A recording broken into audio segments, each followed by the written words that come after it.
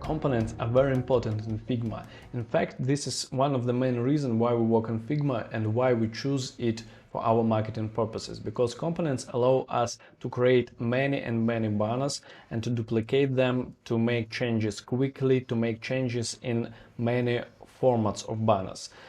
We will see how to create more than 20 formats of banners in Google in a couple minutes, how to create different banners for Facebook, how to multiply them and create many banners for A/B testing. Let's say that you created a lot of banners, for example 20 or 30 or 60 of them, and then you realized that you uploaded a wrong logo, that you should upload another one.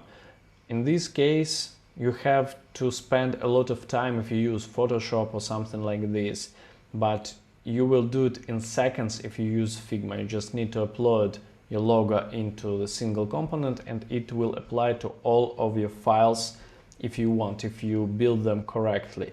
And now we will see how components work, and then we will see how to use them to make all those templates, to make all those files that will save you so much time. Let's go and see how to do it.